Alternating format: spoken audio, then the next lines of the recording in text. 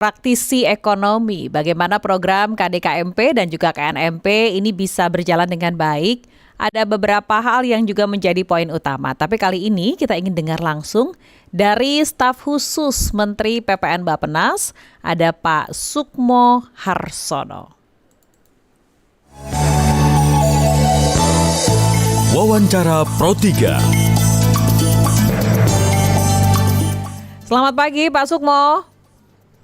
Halo, selamat pagi Mbak. Iya. Apa kabar? Kabar baik, Bapak juga sehat ya? Sehat, selamat pagi buat seluruh pecinta Pro 2 FM dimanapun berada. Baik. Pak Sukmo, mungkin langsung saja ya kepada dua program ini. Kita tahu bahwa program KDKMP ataupun juga KNMP ini kan sebuah program strategis nasional ya. Nah, dalam pengembangannya seperti apa sih? Karena kan ini sifatnya kalau bisa dibilang ini top down begitu ya. Nah, bagaimana aplikasi ini bisa berjalan dengan baik dengan karakteristik setiap daerah yang berbeda-beda begitu, kemudian menerapkan sistem yang sama di pukul rata. Oke, selamat pagi pendengar Pro 3 FM, Pro 2 FM dimanapun berada. Jadi gini, Pro 3 betul kalau Bapak. kita bicara Pro 3 FM ya, kita bicara tentang koperasi. Semua sepakat bahwa amanat Undang-Undang Nomor 25 Tahun 92 tentang perkoperasian mengukuhkan koperasi sebagai sokok guru. Nah, ketika kita bicara koperasi sebagai sokok guru, sejak kita merdeka sampai dengan hari ini, kita tidak melihat bahwa koperasi bisa bersaing dengan koorporasi. Koperasi hanya menjadi sokok guru, tetapi belum bisa membuktikan bahwa dia mampu berkompetisi, membuat anggotanya sejahtera, membuat anggotanya jadi konglomerat, buat anggota menjadi pengusaha sukses. Kita melihat itu belum pernah terjadi sampai saat ini, kecuali beberapa mesti koperasi batik dan sebagainya. Tapi almost mereka tidak berhasil. Nah, inilah yang kemudian menjadi kerisauan dari Presiden Prabowo Subianto dan pemerintah khususnya kami di perencanaan bahwa harus ada satu pola yang berbeda kalau kita ingin mengangkat koperasi ini sebagai sebuah lembaga yang benar-benar mampu mesejahterakan anggotanya. Ketika kita melihat sekian tahun koperasi itu berangkat dari bawah, ternyata kan banyak persoalan manajemen, banyak persoalan yang muncul di dalam operasionalnya, sehingga seolah-olah koperasi menjadi bukan mesejahterakan anggotanya, tapi mesejahterakan pengurusnya kan gitu. Maka kemudian kita berpikir bagaimana koperasi ini melalui manajemen yang top down. Artinya dikelola menggunakan sistem yang ditentukan dari pusat. Dan daerah itu tinggal menjalankan manajemennya saja sesuai dengan operasional karakter daerahnya masing-masing. Sehingga dengan satu sistem manajemen, dengan manajer cara berpikir yang sama, dengan sistem pelaporan keuangan yang sama, sistem inventarisasi barang yang sama, penjualnya sama, kita harapkan ini akan mendidik koperasi ini menjadi seperti manajemen korporasi, sehingga naik kelas, sehingga kemudian dirasakan dampaknya bukan cuma anggota koperasi kepada masyarakat sekitarnya. Begitu juga dengan kampung nelayan. Kita sudah sekian lama merdeka, kita masih melihat bahwa nelayan kita selalu hidupnya tidak pernah mengalami perubahan dengan persoalan ekonomi mereka, selalu terjebak oleh tengkulak, selalu terjebak oleh ijon dan seterusnya. Nah, maka perlulah dikuatkan manajemen. Untuk bisa manajemen itu berlaku baik, maka dibuatlah kampung nelayan. Kampung nelayan yang diseragamkan di seluruh Indonesia. Jadi supaya apa? Supaya nanti bisa dilihat kalau di satu daerah dengan manajemen yang sama berhasil, kemudian di daerah lain gagal, berarti ada persoalan di daerah itu, bukan di manajemennya, mungkin di SDM-nya segala macam. Maka mengevaluasinya menjadi mudah. Inilah niat dari perencanaan pembangunan Koperasi Merah Putih maupun kampung nelayan, agar kesejahteraan anggota itu tidak lagi dipelesetkan jadi kesejahteraan pengurus, tapi benar-benar membawa dampak ekonomi kepada anggotanya dan masyarakat sekitar. Gitu, Mbak. Oke. Dari sisi skema pembiayaan dan sebagainya, ini kan juga perlu sekali ya yang namanya monitoring begitu ya.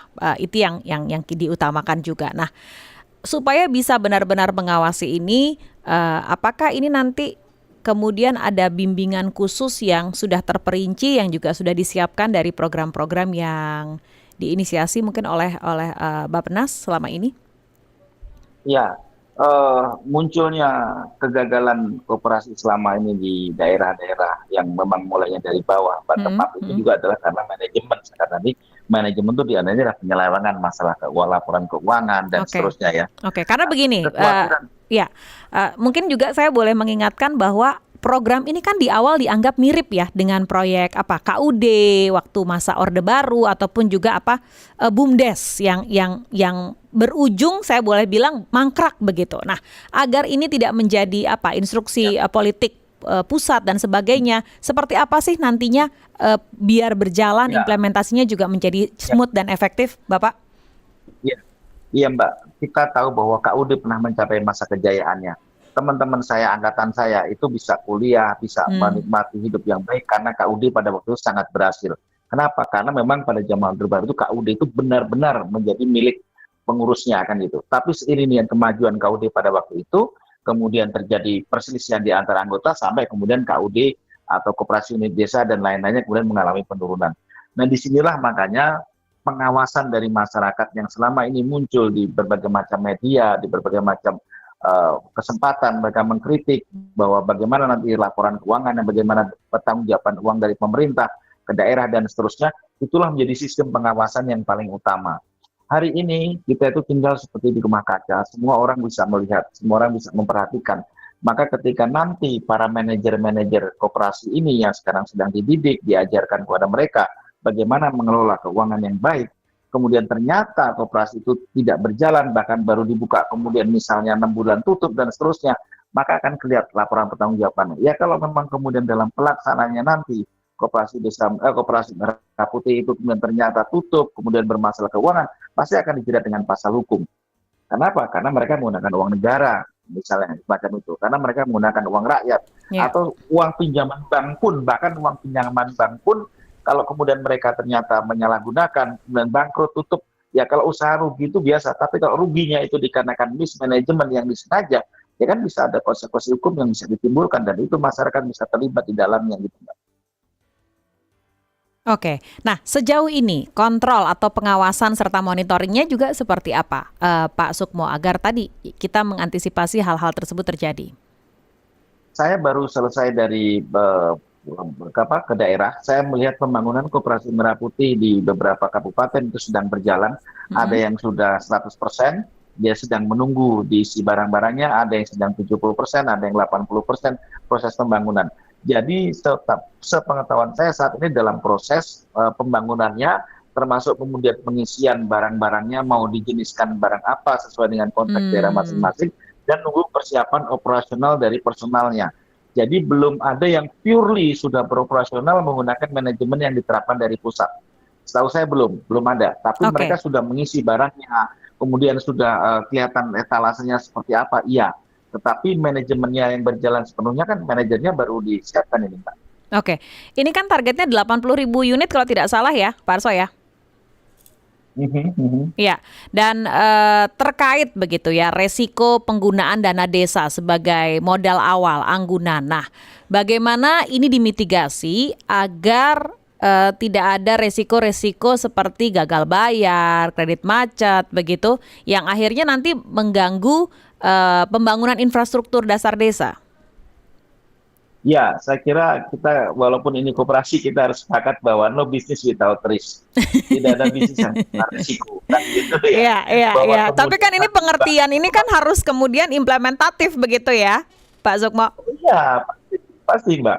Nanti kalau misalnya kita pada prakteknya dalam satu kabupaten itu misalnya ada 8 koperasi Merah Putih, kemudian yang 2 tutup, gagal, yang lainnya berhasil. Kan bisa diusut, Mbak. Yang lain berhasil, kenapa di situ gagal? Apakah salah tempat? Misalnya tempatnya dekat-dekat dengan kuburan, ya misalnya kan? Atau tempatnya di tengah pasar yang bersaing dengan pasar masyarakat, kan gitu, Mbak? Atau di tempatnya di situ yang daerahnya kemudian masyarakatnya nggak terlalu banyak, atau salah barang dagangan yang seharusnya barang yang dibutuhkan oleh masyarakat, tapi yang diisi barang yang lain, kan gitu, Mbak. Jadi resiko itu selalu muncul karena sifatnya pengelolanya adalah manusia, dan manusia itu kadang-kadang suka istilahnya punya insting tersendiri yang keluar dari rel, ada yang berhasil, ada yang gagal kan semacam itu. Jadi Berarti harus saya ada kira itu dong Pak, skema insentif atau misalnya apa cross subsidization, subsidi silang begitu yang dirancang oleh Bappenas antara KDKMP di wilayah maju Pulau Jawa misalnya untuk bisa menopang biaya operasional tinggi dan di wilayah yang misalnya 3T terisolasi di luar Pulau Jawa. Ada hal seperti itu juga yang ya, sudah disiapkan? saya tidak ingin Anda bicara insentif, saya tidak ingin bicara ada perlakuan yang berbeda ada daerah ketiga dengan daerah yang lainnya. Karena Tapi insentif kita ini berpikir value-nya berbeda pada ya. iya Pak, betul. Nanti Oke. iming-iming duluan itu yang Iya, membuat iya. orang kemudian kita ini kebiasaan suka diiming-iming, Mbak. Akhirnya Oke. bukan bekerjanya, tapi yang ditunggu akhir tahun itu ujung-ujung iming-imingnya itu, Mbak. Ya. Nah itu yang nggak boleh. Gitu. Oke. Jadi kita Tapi berimplikasi saja dengan manajemen pusat, dengan prosedur pusat, bahwasanya kemudian ternyata koperasi itu dalam 1 tahun berhasil untung, kemudian timbul dalam rapat anggota atau ada insentif dari pemerintah pusat, ya nanti sajalah orang kerja aja belum udah mikirin insentif gimana kan gitu ya nggak? baik. Dari sisi legalitas ini juga menjadi sangat penting ya, karena sekarang kan semua sedang berproses nih, Pak Sukmo begitu ya. Kawasan-kawasan pesisir ini kan sering sekali punya persoalan sengketa tumpang tindih lahan. Nah, Iya. koordinasinya seperti apa antara Bappenas, kemudian juga lintas sektoral ATR BPN, ataupun juga ke yang menaungi ini biasanya apa kelautan ya KKP begitu, untuk bisa mempercepat statusnya menjadi clear and clean tanah proyek KNMP misalnya seperti itu. Ya, ada ada kewenangan yang terpisah antara Bappenas dengan KKP tentunya ya, ataupun dengan Kementerian Desa ataupun dengan yang lainnya mengenai persoalan lahan itu kaitannya dengan Pemda juga kan. Oke. Tentunya kami tidak sampai dengan urusan ke sana, tetapi kami menyiapkan programnya, kami menyiapkan sistemnya yang berjalan, kita menerapkan kebijakan pemerintah itu berjalan seperti apa. Bahwa operasional pengadaan lahan, kemudian tempatnya di mana kan sudah menjadi kewenangan dari kementerian lembaga lain. Tentunya saya tidak akan berkomentar sampai sejauh sana, Mbak. Tapi yang pasti saya yakin setiap kementerian lembaga lain juga sudah mempertimbangkan bahwa kampung nelayan yang dibangun. Saya pernah nengok kemarin itu di Natuna, Mbak. Oke. Saya pernah berkunjung ke Natuna, saya melihat salah satu contoh perkembangan kampung nelayan. Saya sampai heran ternyata cara membangun kampung nelayan di Natuna itu termasuk gedung dan bangunannya itu menuju kepada suatu modernisasi kampung nelayan yang sangat luar biasa. Oke, yang jauh dari kita bayangan sambung nih ya masalah kampung nelayan di Natuna, karena di ujung telepon sudah ada Wakil Ketua Umum KNTI, ada Pak Sugeng Nugroho. Saya sapa juga nih, Pak Sugeng. Ya. Halo Pak Sugeng, selamat pagi. Oke, baik. Nampaknya masih terputus nih. Ya. Tadi makanya saya coba tanyakan ke sana, siapa tahu bisa diobrolin bareng sama Pak Sugeng nih. Gimana kalau di Natuna? Silakan dilanjutkan, Pak Sukmo. Di Natuna itu pembangunannya, Mbak, gedungnya itu super modern. Kalau saya lihat dari denahnya, kemudian bangunan tiang-tiang yang dibangun ya. Saya justru membayangkan kalau memang kampung nelayan ini dibangun semacam ini, maka sudah bayangan semua orang ketika datang ke kampung nelayan dengan tempat yang kumuh, becek dan semacam akan hilang. Ini akan menjadi seperti kompleks pasar ikan antara penangkap dan pembeli yang sangat modern. Nah, yang saya khawatirkan justru kemudian tempat yang sudah sebagus ini kalau tidak diimbangi dengan peningkatan kapasitas sumber daya manusia para nelayan kita, ini yang justru nanti akan beresiko sangat tinggi. Kemudian tidak mengangkat produksi mereka menjadi sangat baik karena ada cold storage di situ sehingga akan bertahan lebih lama dan seterusnya gitu, Mbak.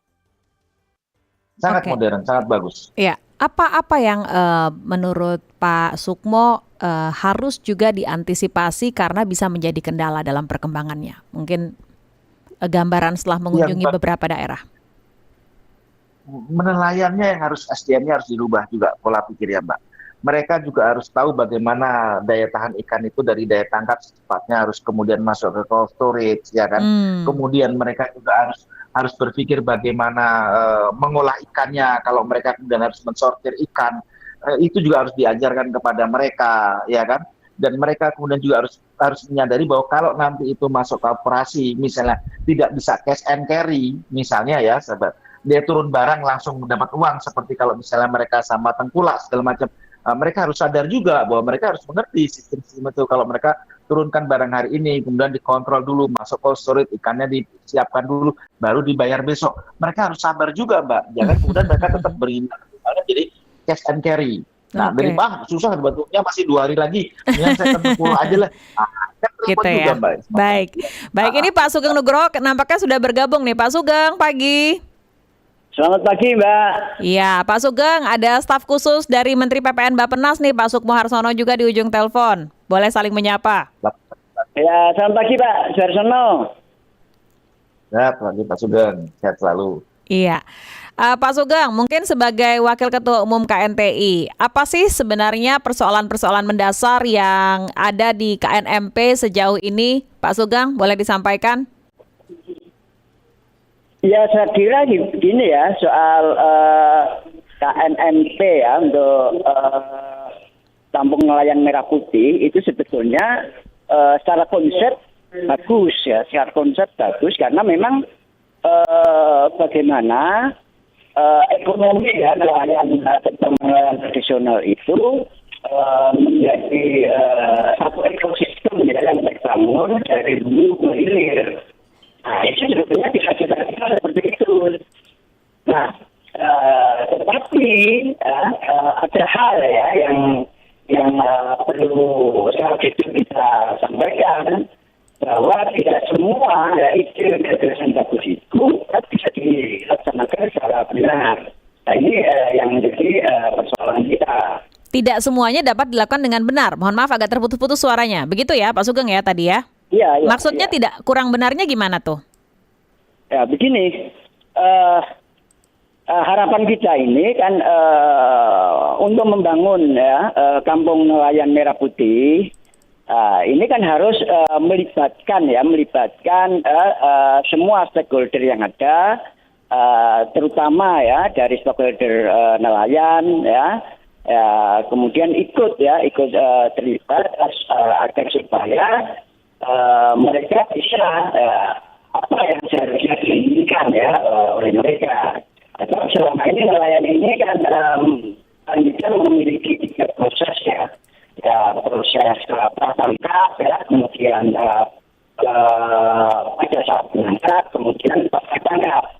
Nah, proses tangkap itu ya, nelayan itu membutuhkan yang pertama BBM ya, bahan bakar untuk melaut, karena BBM ini ya, oleh nelayan itu merupakan kebutuhan yang paling utama, karena 60% ya. Iya. Pak Sugeng, mohon maaf, Pak Sugeng, apakah menggunakan headset? Mungkin boleh dilepas dan dipakai langsung ke telepon begitu supaya suaranya lebih jelas, karena kami mendengarnya agak terbata-bata, agak terputus-putus begitu. Betul sekali. Ya, saya juga nggak begitu jelas. Sudah, Mbak, sudah. Oke, ya silakan, ya mungkin langsung. Gimana Ya. Pak, diulang? Ya, dari pratangkap, inilah kebutuhan nelayan ini yang harus disediakan kan. Pratangkap apa ya, kebutuhan alat tangkapnya, ya, kemudian apa itu BBM-nya, kemudian es batunya sebagai rantai pendingin. Nah, ini adalah bagian dari kebutuhan pratangkap. Nah, kemudian ya, pada saat menangkap, ya, tentunya ya, nelayan ini harus diberi kemudahan ya, kemudahan untuk perizinan ya, kemudahan bagaimana ya nelayan itu bisa melaut dengan aman. Oke. Sinkronnya juga itu ditunjukkan. Ya, kemudian pasca tangkap bagaimana supaya pengelolaan itu harus juga dikerjakan di kampung nelayan. Sehingga Oke, kami sudah menangkap poinnya. Ya. Baik, Pak Sugeng, kita jawab dulu ya, biar tidak terlalu panjang dengan Pak Sukmo ya. Boleh mungkin nanti Pak Sukmo juga bantu jawab dulu, Pak Sugeng. Pak Sukmo, ini secara singkatnya mungkin ada beberapa hal seperti penyediaan alat tangkap, bahan bakar, ini menjadi persoalan tersendiri. Apakah dari KNMP ini bisa menjadi solusinya? Silakan Pak Sukmo. Iya, seperti disampaikan dalam beberapa pidato Presiden bahwa untuk kampung nelayan yang skalanya besar, artinya yang menampung banyak, kemudian di situ masih sering terjadi kesulitan bahan bakar, Presiden kan menjanjikan akan membangun atau mendekatkan pusat-pusat pengisian bahan bakar di kampung nelayan. Saya kira itu sejak zaman Pak Jokowi sudah menjadi concern kita bersama-sama. Kemudian mengenai kebutuhan menyediakan kebutuhan peralatan dan lain-lain. Gini, tolong jangan membayangkan kampung nelayan yang akan kita bangun ini seperti supermarket yang serba ada.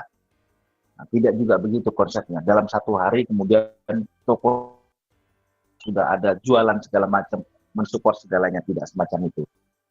Tapi kita ingin membenahi kampung nelayan itu dari mulai lokasinya, kemudian bagaimana manajemen nelayannya, kemudian bagaimana mengawetkan ikannya, dan seterusnya, dan seterusnya. Jadi tidak kemudian menjadi seperti toko. Kampung nelayan diberikan toko menyediakan semua peralatan, tidak semacam itu. Tetapi nelayan ini kemudian hakatnya terangkat, tetapi dengan dibenahi berbagai macam sektor secara bersama-sama berjalan. Yang paling utama kan sebenarnya kan masalah ikan itu nggak pernah awet, karena cepat busuk, karena nggak ada cold storage di tempat-tempat itu kan.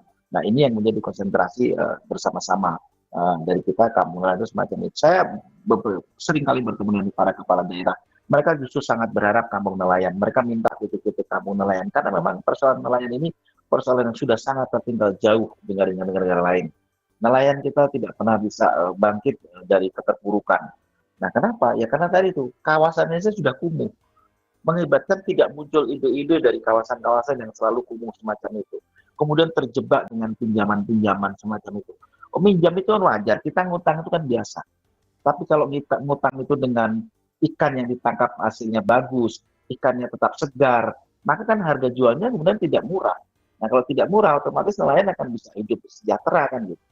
Jadi apa yang disampaikan Pak Sugeng tadi tentunya menjadi konsentrasi kita bersama-sama, bahwa persoalan sangat banyak, tetapi kita bukan lembaga supermarket yang kemudian akan menangani semuanya, tidak. Tapi kita akan masuk pada titik-titik tertentu yang membenahi dulu kampung nelayan ini menjadi kampung yang sehat, kampung yang bisa membuat ikan-ikan itu segar dan menemukan antara penjual dan pembeli dengan harga yang wajar. Begitu, Mbak. Oke, Halo? dari persoalan ini begitu ya, yang selama ini mungkin juga sering menjadi keluhan, biasanya paling banyak itu apa, Pak Sukmo? Iya, putus ya Mbak ya? Enggak, masih silakan Bapak. Halo? Masih, ya. Jadi begitu. Jadi jangan membayangkan kampung nelayan ini seperti supermarket yang menyediakan toko serba ada, semua barang yang dibutuhkan nelayan ada, tidak. Tapi kita masuk pada poin-poin penting saja, misalnya memastikan di area sekitar dekatan dengan sumber BBM, memastikan ikan itu ditangkap dengan tetap masih segar sehingga harganya tetap naik. Kemudian nelayan itu berpikir bagaimana menjadi maju. Nah, itu perlahan kita benahi di situ. Kemudian nanti suatu saat orang datang ke kampung nelayan itu bisa belanja ikan dengan nyaman, karena kemudian ikannya di situ segar, bisa dibakar di situ, makan itu, Mbak.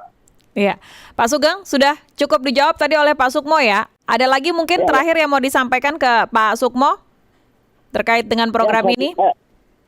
Ya, saya kira itu ya yang diinginkan, bagaimana agar ekosistem ya nelayan secara ekonomi itu terintegrasi, sehingga memudahkan ya bagaimana ya nelayan itu tidak kesulitan untuk mencari ya alat tangkap ya, bagaimana nelayan tidak kesulitan untuk mencari bahan bakar. Nelayan tidak sulit ya untuk memasarkan ya hasil produksinya. Ya. Apa sih Pak Sugeng yang paling berat saat ini dirasakan oleh para nelayan begitu dari beberapa faktor tadi yang Pak Sugeng sampaikan? Ya, hampir semua yang saya katakan. Oke, merata begitu ya? Bahwa nelayan itu harus membeli alat tangkapnya, misalkan jaring, bubu dan sebagainya itu harus di luar kota. Kemudian mencari BBM-nya itu belum ada ya, ada BBM ya yang ada di kampung-kampung nelayan ya. Kemudian SS batu ya, rantai pendingin juga didatangkan dari luar kota. Nah, begitu juga ketika mendaratkan hasil tangkapannya, ya mereka harus memikirkan cara menjualnya begitu ya? Oleh tengkulak ya. Artinya belum ada lembaga ya atau koperasi ya yang yang bisa membeli ya supaya Menampung untuk sementara begitu kali ikan, maksudnya ya. harga ikan itu selalu meningkat. Itu yang diharapkan mereka. Baik, Pak Sukmo, ini targetnya berapa lama sih supaya bisa running minimal? Sekarang kan masih berproses semua nih, sementara keluhan ataupun juga persoalan yang dirasakan nelayan ini masih sama. Ya, yang paling penting bukan target sampai kapan, Mbak, tapi think big and start right now from small. Jadi kita berpikir besar, kita Oke, mulai berapa sekarang. banyak yang sudah memulai? Mungkin boleh saya lebih eksplisit bertanyanya, Pak Sukmo. Beberapa saya beberapa bupaten, ini saya ngomong yang versi saya saja, bahwa saya sudah ketemu dengan beberapa bupati dan saya melihat langsung di lapangan. Itu rata-rata pembangunan kampung nelayan itu ada yang sudah berkisar 40 sampai dengan 50%. Tapi konsentrasinya bukan begitu, Mbak. Saya ingin satu sedikit aja menspir yang disampaikan Pak Sugeng tadi. Justru kalau kampung nelayan ini nanti yang sudah dibangun ini jadi rapi, Mbak, jadi kawasan yang bagus, maka kemudian orang-orang pengusaha-pengusaha itu akan membuka area di sekitarnya jualan alat tangkap di situ gitu loh, Mbak. Jadi orang nggak perlu lagi datang ke kota kan, karena mereka melihat areanya bagus sih, rapi. Dia akan cari tanah di situ, dia akan jual peralatan di situ, dia akan buka rumah makan semacam itu. Jadi secara umum kampung nelayan rata-rata di atas 50%. Ya. Kan masih proses, Mbak. Ada yang masih ngajuin sekarang kan, Mbak. Ada yang ngajuin juga, ada yang baru dapat titiknya kan gitu. Ya. Jadi ada yang sudah 70% dan 50% gitu. Karena nggak semua serentak langsung dibangun bareng, tapi sesuai dengan kesiapan pengadaan lahan di daerah-daerah. Jadi kalau ada yang sedikit aja, Mbak. Kalau ada yang kemudian, tempat saya baru mulai dibangun, baru fondasi, iya, karena dia baru dapat persetujuan titiknya kan gitu. Tapi tempat lain ada yang sampai 70% kan juga sudah siap karena mereka sudah mendapatkan lebih awal. Begitu, Mbak. Semangat, yang penting, Mbak. Baik, kalau begitu. Pak Sukmo terima kasih, Pak Sugeng juga terima kasih. Mudah-mudahan ini bisa bisa menjawab ya, dan kita harapkan bisa dapat terwujud sesegera mungkin dari small business tapi menjadi besar dan sustain begitu ya. Terima kasih banyak Pak Sukmo, terima kasih juga Pak Sugeng. Sukses selalu. Selamat pagi. Selamat pagi. Wakil Ketua Umum KNTI Sugeng Nugroho dan juga tadi staf khusus Menteri PPN Bappenas Pak Sukmo Harsono disampaikan dari program KDKMP dan juga utamanya adalah KNMP bisa dilaksanakan dengan baik.